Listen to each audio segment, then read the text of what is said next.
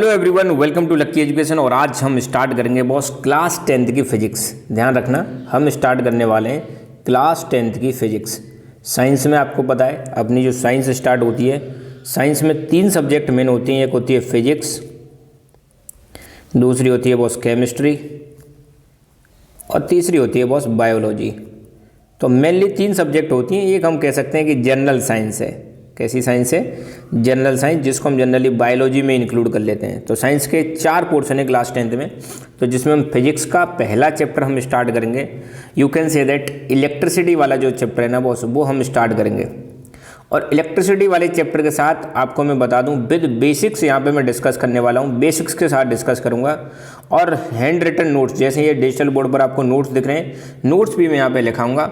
और साथ के साथ में यहाँ पे न्यूमेरिकल्स भी हम सॉल्व करेंगे फिजिक्स के, ताकि आपको दिक्कत ना आए। छोटे छोटे न्यूमेरिकल सॉल्व करेंगे सो दैट आपकी अंडरस्टैंडिंग एकदम क्लियर हो। तो एक कॉपी पेन लेके बैठ जाओ बॉस और आराम आराम से लिखते चलें। एक एक टॉपिक हम कवर करते चलेंगे और एक एक टॉपिक के साथ आपको पता ना चलेगा कि आपकी इलेक्ट्रिसिटी कब खत्म हो गई। ठीक है, कंप्लीट चैप्टर मैं यहाँ पे कराऊंगा। ऐसा नहीं कि एक डेफिनेशन आपको दे दी, पूरा लिखाऊंगा यहाँ पे, नोट्स में यहाँ पे लिखूंगा, आप उनको लिखते चलें और समझते चलें।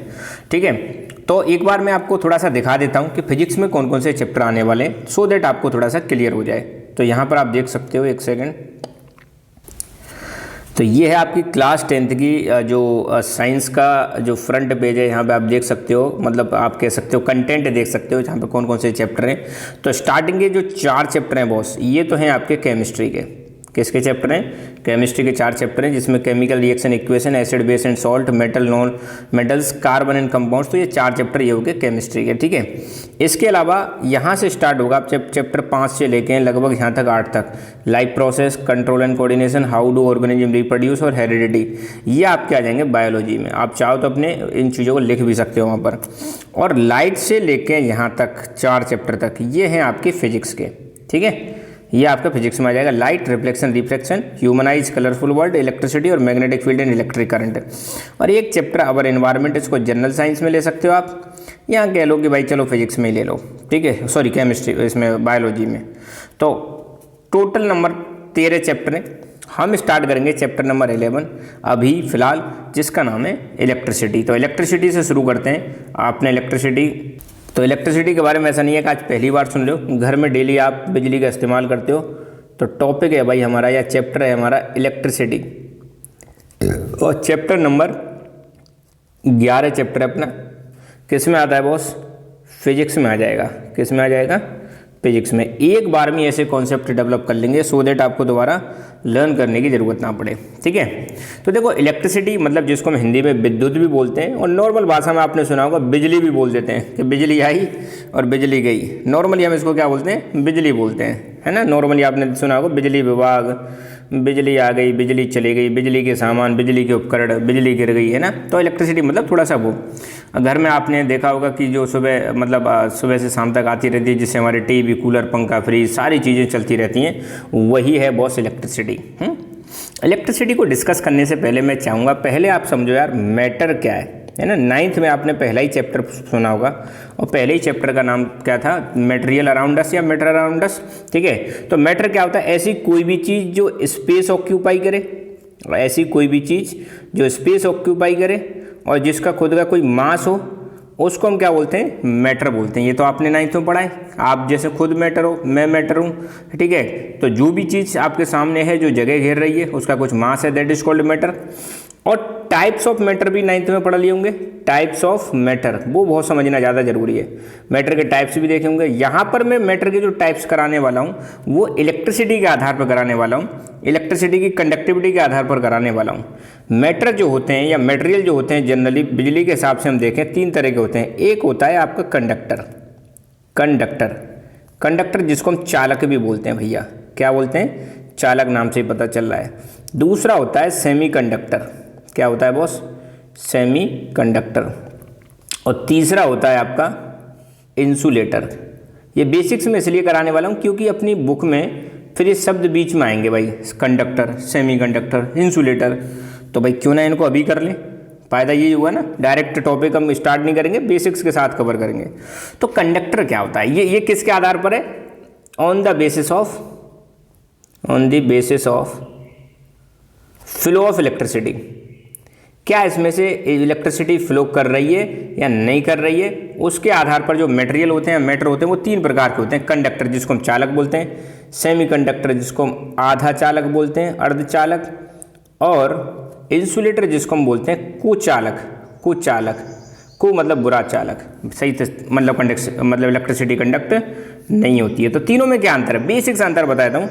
कंडक्टर वो होता है जो कंडक्ट इलेक्ट्रिसिटी, विच कंडक्ट्स इलेक्ट्रिसिटी, ऐसा पदार्थ, ऐसा मटेरियल जिसमें से बिजली फ्लो कर रही है, इलेक्ट्रिसिटी फ्लो कर रही है, उसको हम क्या बोलते हैं बॉस, उसको हम बोलते हैं कंडक्टर बोलते हैं। इलेक्ट्रिसिटी कह लो, या जिसमें से करंट पास हो रही हो, क्या पास हो रही हो, करंट पास हो रही हो, जिसमें से मटेरियल, ऐसा मटेरियल जिसमें से करंट पास हो रही है, उसको हम कंडक्टर बोलते हैं। तो यार अपने आसपास तुम देखो, अपने जो वायर्स हैं, अपने घर में जो बिजली के तार देखे होंगे ना आपने, अपने आसपास जो पोल्स हैं उस पर जो तार लगे देखे होंगे, वो सब क्या है, कंडक्टर, जिसमें से बिजली पास हो रही है ना। कई बार हमें झटका लगता है ना बिजली का, तो किससे लगता है, तार वार छू लो, देखा होगा आपने, मत छूना मत भाई है। तो कंडक्टर में जनरली हमारा कॉपर के वायर आपने देखे होंगे, वायरिंग देखी होगी। सिल्वर भी कंडक्टर है। अब चांदी यार महंगा है, सिल्वर मतलब चांदी, अब चांदी का तार लगाओ चोर ले जाएगा कोई। आयरन कंडक्टर है, एल्यूमिनियम कंडक्टर है। तो आप एग्जाम्पल दे सकते हो, ये कंडक्टर है। जनरली कंडक्टर में एक चीज़ और मैं आपको बताता हूँ, जनरली कंडक्टर्स में बॉस आपके मेटल्स आते हैं। क्या आते हैं, जितने भी मेटल्स होते हैं, जब आप केमिस्ट्री पढ़ोगे मेटल नॉन मेटल, तो वहाँ पे देखोगे metals are good conductor of electricity. पहला फीचर क्या आ जाएगा, metals are good conductor of electricity. अब तुम रिलेट भी करोगे चीज़ों को, देखना है ना। तो ये रही बात कंडक्टर की। दूसरी बात करते हैं बॉस हम सेमी कंडक्टर की। पहले चलो हम इंसुलेटर की बात कर लेते हैं। तो कंडक्टर का उल्टा होता है इंसुलेटर, जिसमें से इलेक्ट्रिसिटी पास नहीं होती है। इलेक्ट्रिसिटी या करंट कह सकते हो आप, इलेक्ट्रिसिटी या करंट डज नॉट पास, इसमें से इलेक्ट्रिसिटी पास नहीं होगी।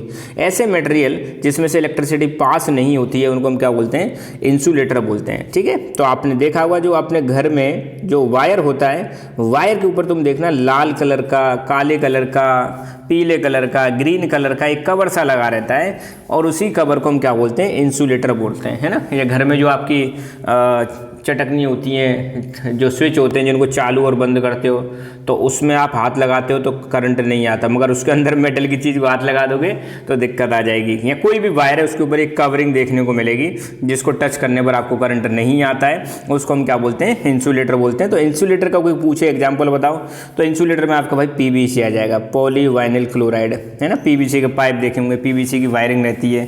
प्लास्टिक इसका एग्जाम्पल हो जाएगा, बहुत बढ़िया, है ना। जितनी भी प्लास्टिक की चीज़ें उसमें करंट नहीं आता है। रबर देखो, रबर में कभी भी करंट नहीं आता है। सूखी लकड़ी, ध्यान रखना, गीली लकड़ी नहीं, सूखी लकड़ी जो है वो भी इंसुलेटर का काम करती है। तो भाई मैटर हमने देखा, एक तो हो गया अपना कंडक्टर जिसमें से करंट पास हो रही है, अपने आसपास ये सारी चीज़ हो गई। दूसरा इंसुलेटर हो गया जिसमें से करंट पास नहीं हो रही है। सेमी कंडक्टर यार आधा कंडक्टर है, तो ये थोड़ा इन दोनों के बीच का है।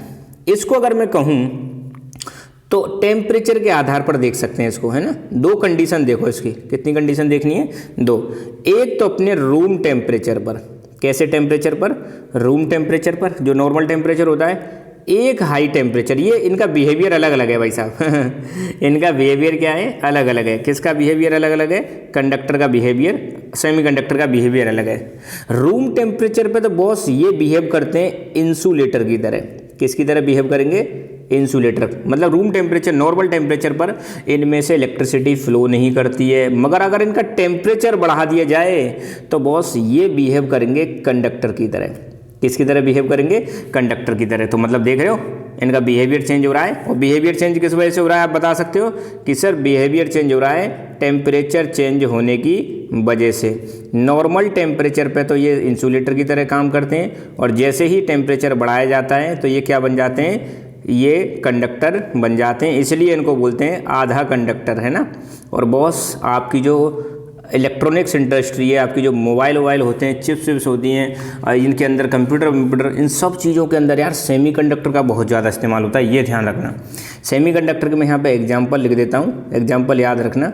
इसका सबसे बड़े एग्जांपल 2 हैं, सिलिकॉन और जर्मेनियम, रट लेना है इनको। सिलिकॉन और जर्मेनियम जो हैं ये हैं बॉस आपके सेमीकंडक्टर। और मैं इसको अगर केमिस्ट्री से रिलेट करूँ आपको, तो मैंने बताया था केमिस्ट्री जब आप पढ़ोगे मेटल्स जो होते हैं आप कहोगे good conductor of electricity. Metal के अलावा जो आपके इंसुलेटर होते हैं उनको केमिस्ट्री में आप पढ़ोगे, ये होते हैं नॉन मेटल्स। नॉन मेटल्स मतलब जिसमें से इलेक्ट्रिसिटी पास नहीं होती। और सेमीकंडक्टर के बारे में आप केमिस्ट्री में पढ़ोगे, इनको हम बोलते हैं मेटलॉइड्स। ऐसे मटेरियल्स जिनकी प्रॉपर्टीज़ मेटल और नॉन मेटल के बीच में होती है उसको हम बोलते हैं मेटलॉइड्स। आई होप ये चीज़ अब आपको बिल्कुल अच्छी तरह समझ में आ गई होगी। इसको लिख लें अच्छी तरह से, ठीक है। अब हम बढ़ते हैं थोड़ा सा आगे। एक चीज़ और समझ लो बॉस, इसको आगे बढ़ने से पहले थोड़ा सा आपको मैं बता देता हूँ बॉस एटम के बारे में। किसके बारे में बता देता हूँ? एटम। एटम भाई जिसको हम बोलते हैं परमाणु। ये भी आपने केमिस्ट्री में पढ़ा होगा।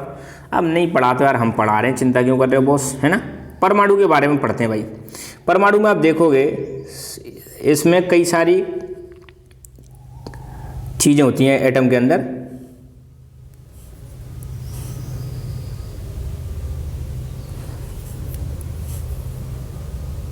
वाह, है ना।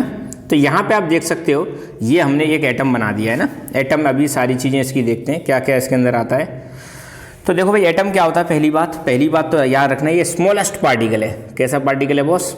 This is the smallest particle. कैसा पार्टिकल है?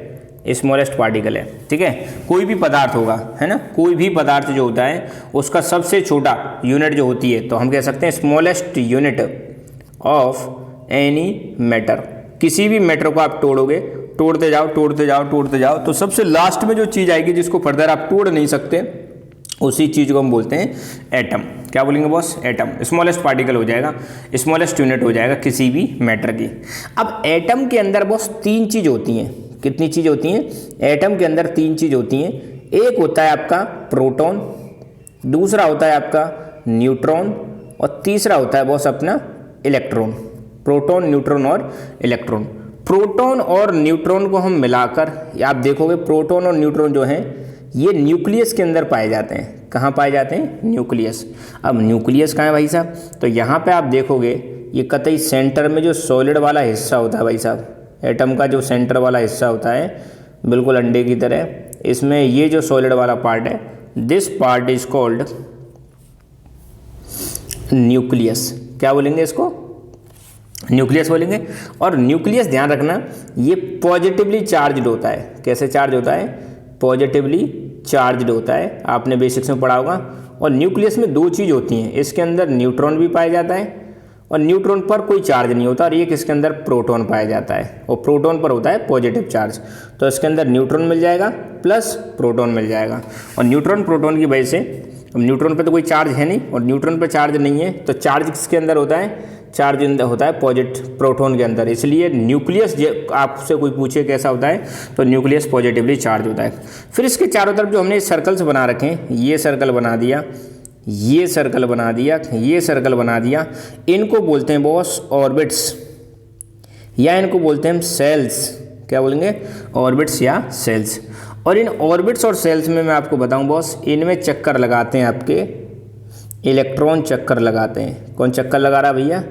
इनके अंदर आपके इलेक्ट्रॉन्स चक्कर लगा रहे हैं। तो आप देख सकते हो जैसे यहाँ पे इलेक्ट्रॉन चक्कर लगा रहे हैं, नहीं लगा रहे भाई साहब? यहाँ पर आपके इलेक्ट्रॉन्स चक्कर लगा रहे हैं, ऐसे इनको रिप्रेजेंट कर देते हैं, ठीक है। ये आपके इलेक्ट्रॉन्स हो गए, ये इलेक्ट्रॉन्स चक्कर लगा रहे हैं, ठीक है। These are the electrons. और इलेक्ट्रॉन्स पर जो चार्ज होता है वो होता है आपका नेगेटिव। तो इलेक्ट्रॉन पर चार्ज कैसा हो जाएगा आपका? इलेक्ट्रॉन पर चार्ज हो जाएगा आपका नेगेटिव। प्रोटॉन पर चार्ज हो जाएगा आपका पॉजिटिव, और न्यूट्रॉन पर कोई चार्ज नहीं होता। तो एटम में दो प्रकार के मतलब तीन पार्टिकल्स होते हैं। एक होता है प्रोटॉन, दूसरा होता है न्यूट्रॉन, और तीसरा होता है इलेक्ट्रॉन। प्रोटॉन पर पॉजिटिव चार्ज। प्रोटॉन न्यूट्रॉन किसके अंदर आते हैं? प्रोटॉन और न्यूट्रॉन जो है न्यूक्लियस के अंदर आते हैं, ठीक है। न्यूक्लियस कतई सेंटर वाला पार्ट होता है, यहाँ पे देख सकते हो न्यूक्लियस। इसके चारों तरफ क्या होती हैं? ऑर्बिट्स होती हैं। और इन ऑर्बिट्स में कौन रिवॉल्व करता है? ऑर्बिट्स के अंदर रिवॉल्व करते हैं हमारे इलेक्ट्रॉन्स रिवॉल्व करते हैं। क्या रिवॉल्व करते हैं? इलेक्ट्रॉन्स। अच्छा, एक और चीज़ मैं आपको बता दूं यहाँ पे, जैसे मान लो इसमें 3 सेल दिखा रखे हैं, 1 2 3। इस सबसे बाहर वाली जो सेल है ना बॉस, इसको हम बोलते हैं आउटर मोस्ट सेल। क्या बोलेंगे? Outermost shell. ध्यान रखना, आउटर मोस्ट सेल बोलते हैं, या इसको कई बार वैलेंस सेल भी बोलते हैं। वैलेंस सेल केमिस्ट्री में भी आप पढ़ोगे।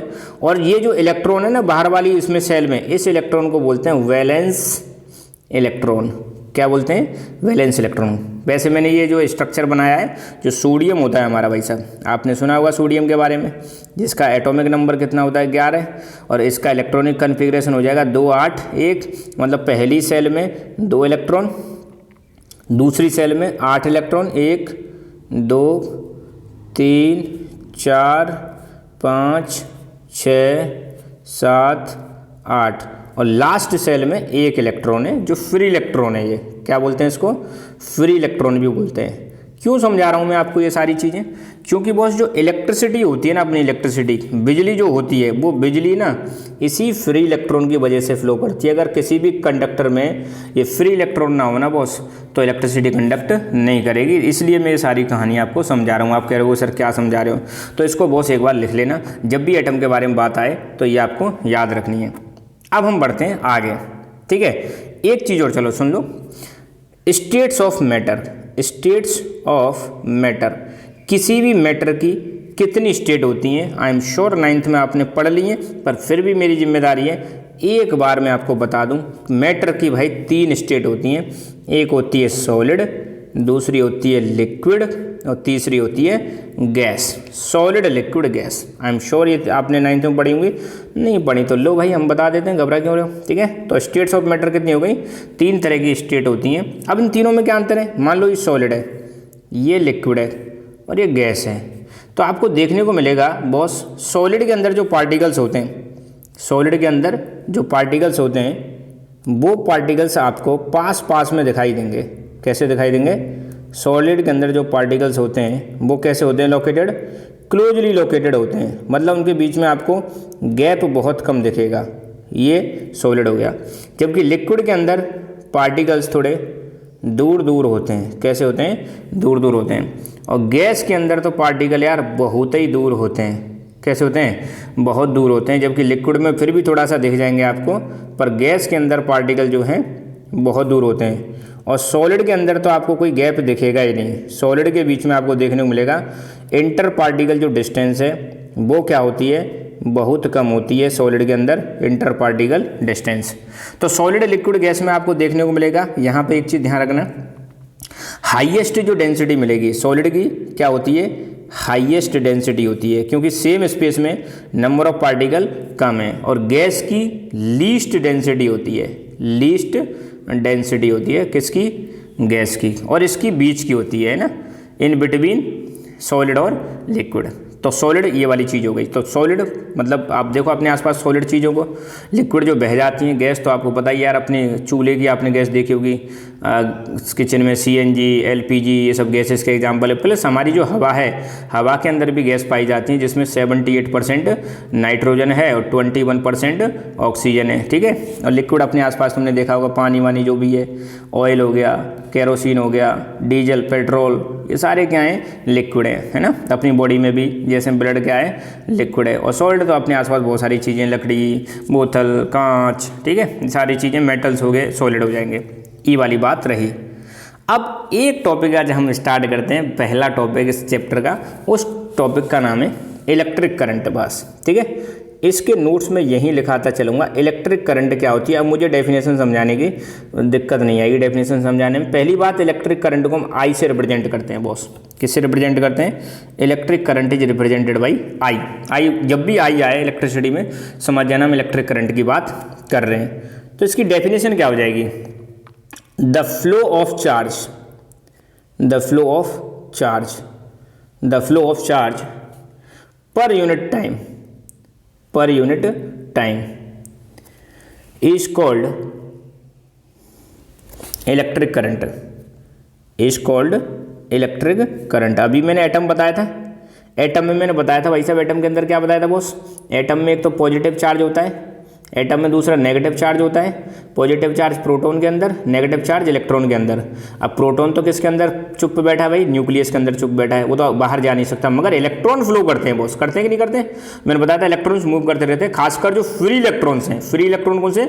लास्ट वाली ऑर्बिट में जो होता है वो फ्री इलेक्ट्रॉन, वो फ्री इलेक्ट्रॉन है, ठीक है, जनरली है ना। तो ये फ्लो करते रहते हैं, इनके फ्लो करने को तो यहाँ पे क्या कह रहा है, the flow of charge. Flow of charge मतलब जो आउटर मोस्ट सेल में जो इलेक्ट्रॉन घूम रहे हैं ना, उसको हम बोल रहे हैं फ्लो ऑफ चार्ज, मतलब फ्री इलेक्ट्रॉन जो मूव कर रहा है पर यूनिट टाइम के साथ जो मूव कर रहा है, दैट इज कॉल्ड इलेक्ट्रिसिटी। इसी को हम क्या बोलेंगे?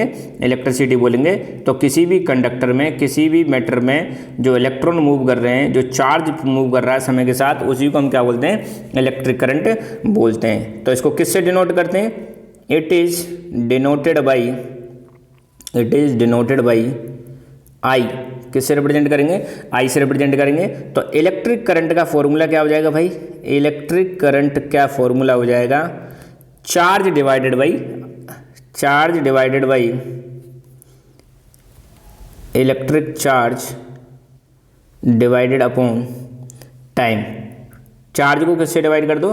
टाइम से डिवाइड कर दो, आपका क्या निकल के आ जाएगा बॉस? आपका इलेक्ट्रिक करंट का फॉर्मूला निकल के आ जाएगा। तो ये हो जाएगा अपना फॉर्मूला किसका?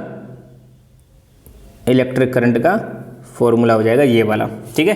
कोई पूछे इलेक्ट्रिक करंट का फॉर्मूला क्या है, कि सर इलेक्ट्रिक करंट बराबर क्या हो जाएगा? चार्ज डिवाइडेड बाई आई हो जाएगा। दूसरी चीज़, इसको शॉर्ट में लिखें तो इलेक्ट्रिक करंट को हम आई से रिप्रेजेंट कर सकते हैं। Electric current can be represented by आई। तो आई बराबर चार्ज को रिप्रेजेंट करते हैं क्यू से, और टाइम को रिप्रेजेंट करते हैं टी से। तो ये वाला फॉर्मूला बहुत ज़्यादा यूज होगा, ध्यान देना। इलेक्ट्रिक करंट का फॉर्मूला एक और क्या हो जाएगा? I equal to Q upon T, जहाँ पे आई हमारी क्या हो जाएगी? इलेक्ट्रिक करंट हो जाएगी, क्यू क्या हो जाएगा? चार्ज हो जाएगा, और टी क्या हो जाएगा? टाइम हो जाएगा। ये चीज़ आप ध्यान रखना, ठीक है। और एक चीज़ यहाँ पे याद रखना, किसी भी इलेक्ट्रॉन पर चार्ज ऑन इलेक्ट्रॉन, ये चीज़ भी आप नोट कर लेना। किसी भी इलेक्ट्रॉन पर चार्ज जो होता है वो फिक्स होता है 1.6 मल्टीप्लाई 10 की पावर 1.6 मल्टीप्लाई 10 की पावर -19 कूलाम्ब। सी का मतलब क्या है? कूलाम्ब है बॉस यहाँ पे। तो किसी भी इलेक्ट्रॉन पर चार्ज कितना होता है फिक्स, आपको याद रखना है कि सब चार्ज ऑन इलेक्ट्रॉन होता है 1.6 मल्टीप्लाई 10 की पावर -19 कूलाम्ब। ये होता है इलेक्ट्रॉन पर एक चार्ज, ठीक है। अब एक और चीज़ समझ लो यहीं पर, जब ये चल ही रहा है तो मामला, तो भाई हम कह रहे हैं क्यू मतलब चार्ज। चार्ज क्या है? अब यहाँ पे चार्ज अगर आप देखो, चार्ज का मतलब क्या है? ये मान लो आपका कोई कंडक्टर है, जस्ट इमेजिन कंडक्टर है। कंडक्टर में आपको पता है चार्ज फ्लो कर रहा है। चार्ज का मतलब क्या फ्लो कर रहा है? इलेक्ट्रॉन्स फ्लो कर रहे हैं। ये सब इलेक्ट्रॉन्स फ्लो कर रहे हैं, ई मतलब इलेक्ट्रॉन्स फ्लो कर रहे हैं। तो चार्ज का मतलब क्या हो जाएगा? एन मतलब नंबर ऑफ इलेक्ट्रॉन्स, और ई मतलब इलेक्ट्रॉन पर चार्ज। तो Q का फॉर्मूला क्या हो जाएगा? Q बराबर N मल्टीप्लाई ई। ये क्या है? कोई कंडक्टर है, मान लो कंडक्टर के अंदर क्या फ्लो कर रहे हैं? चार्ज फ्लो कर रहा है। क्या फ्लो कर रहा है? चार्ज। और चार्ज में यहाँ पे क्या है? हम इलेक्ट्रॉन्स की बात कर रहे हैं, नो डाउट इलेक्ट्रॉन ही फ्लो करते हैं। कितने इलेक्ट्रॉन फ्लो कर रहे हैं? N मान लो उसको, है ना।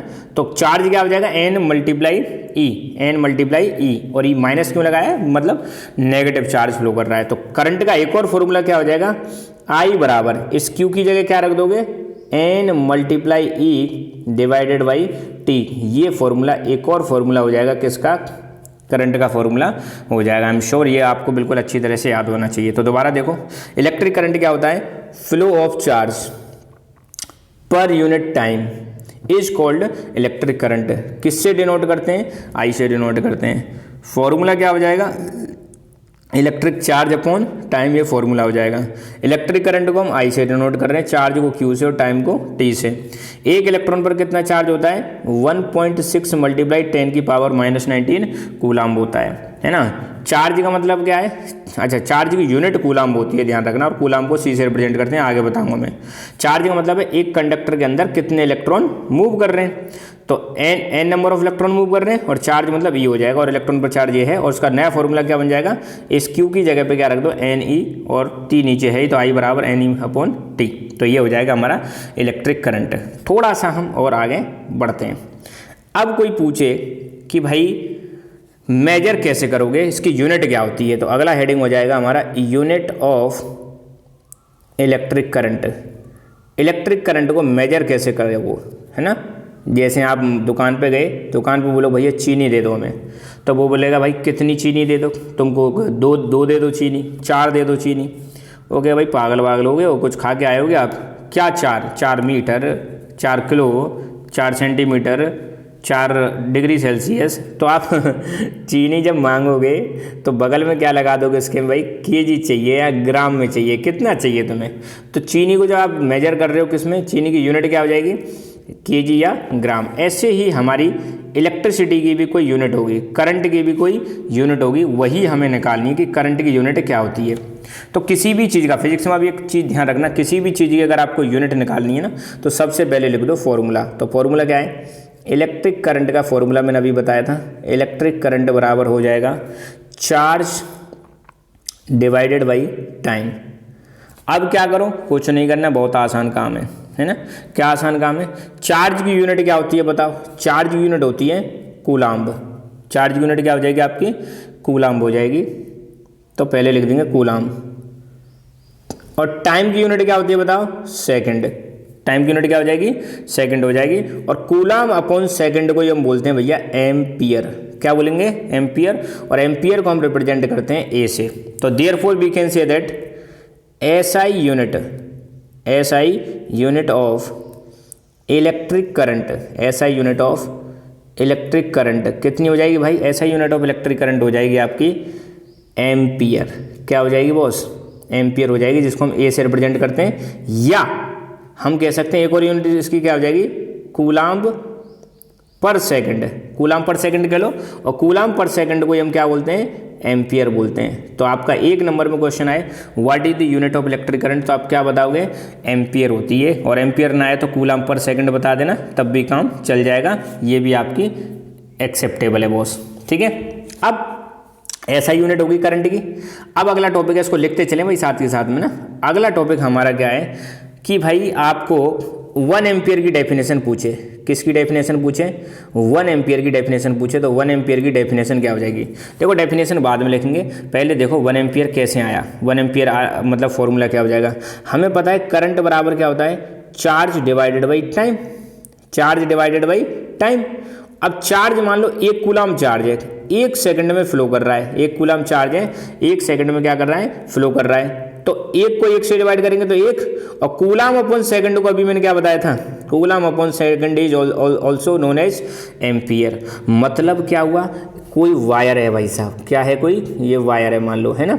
इस वायर में 1 सेकंड के अंदर 1 कूलाम्ब चार्ज फ्लो कर रहा है। 1 सेकंड के अंदर 1 कूलाम्ब चार्ज फ्लो कर रहा है, तो इसके अंदर बहने वाली जो करंट हो जाएगी आई, वो कितनी हो जाएगी, 1 एम्पियर हो जाएगी। सिंपल है यार, है ना। यहाँ पे Q की वैल्यू कितनी रख दो, 1, T की वैल्यू कितनी रख दो, 1, तो आंसर में क्या आ जाएगा, 1 आ जाएगा, एम्पियर आ जाएगा बॉस। तो डेफिनेशन क्या हो जाएगी इसकी, 1 एम्पियर की, यहाँ लिख देता हूँ, इफ 1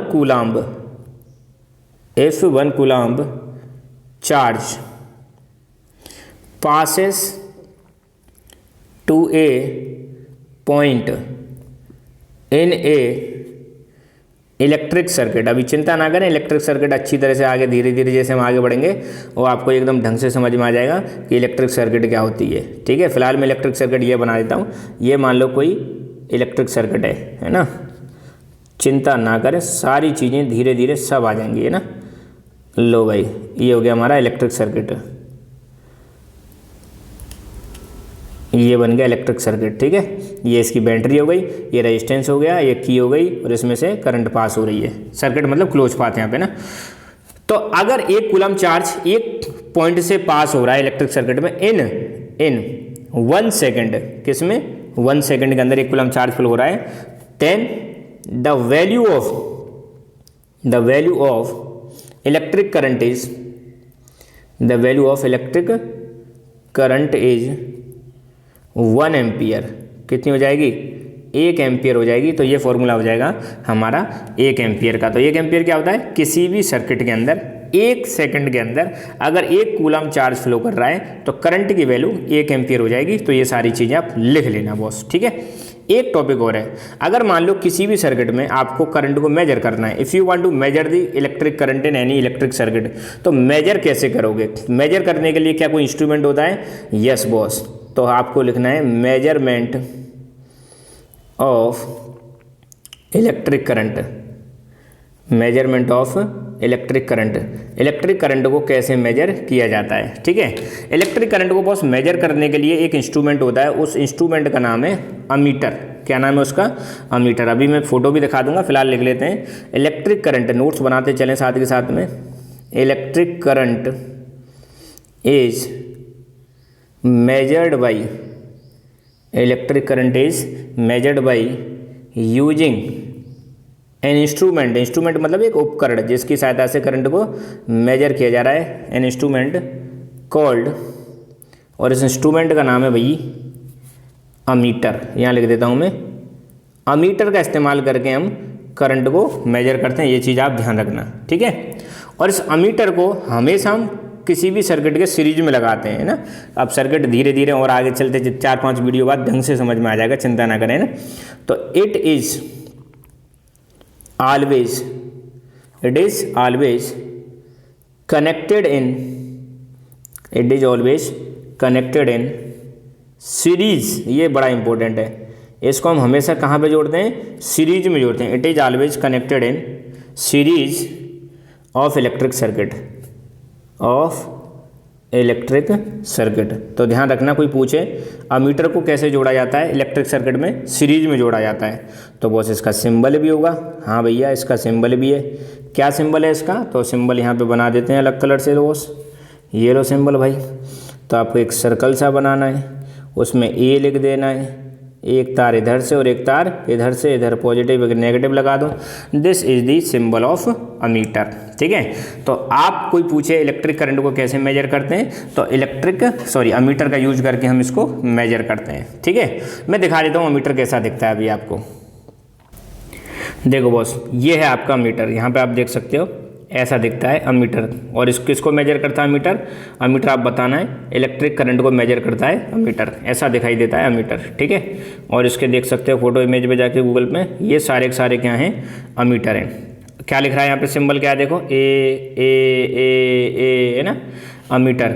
अमीटर के नीचे ऐसी लाइन लग रही है तो ये डीसी करंट को मेजर करता है, ऐसे लग रही है तो एसी को मेजर करता है। एसी डीसी क्या होती हैं आगे हम चर्चा करेंगे। एक चीज़ और देख लो, ये मैंने बताई थी ना आपको कि भाई कंडक्टर क्या होता है? एक ऐसा सब्सटेंस या पदार्थ जो जिसमें से इलेक्ट्रिक करंट फ्लो होती है, और रेजिस्टेंस जिसका लो होता है, रेजिस्टेंस भी हम आगे समझेंगे, उसको हम कंडक्टर बोलते हैं। Example silver, copper, gold, iron, ये सब क्या है? ये सब आपके कंडक्टर हैं। इंसुलेटर एक ऐसा सब्सटेंस जिसमें से इलेक्ट्रिक करंट पास नहीं होती है, उसको हम क्या बोलते हैं? इंसुलेटर बोलेंगे। जैसे ग्लास, रबर, ऑयल, सिरामिक, ये सब इंसुलेटर हैं। ठीक है, सारे ऑयल नहीं, ध्यान रखना।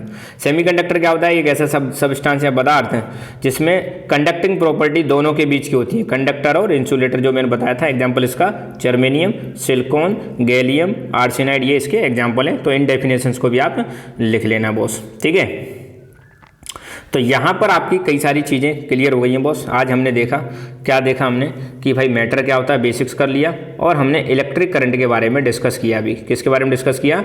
इलेक्ट्रिक करंट के बारे में डिस्कस किया। अब आपको पता चल गया होगा, 4-5 क्वेश्चन लिख देता हूँ, इनके आंसर आप लिख देना। What do you mean by electric current? Electric current किसे कहते हैं? अब आप बता दोगे, वो डेफिनेशन दे देनी है विद फॉर्मूला लिख के। दूसरा, how the electric current is measured? Electric current को मेजर कैसे किया जाता है बताओ? अमीटर का इस्तेमाल करके। कैसे मेजर किया जाता है? अमीटर का। What do you mean by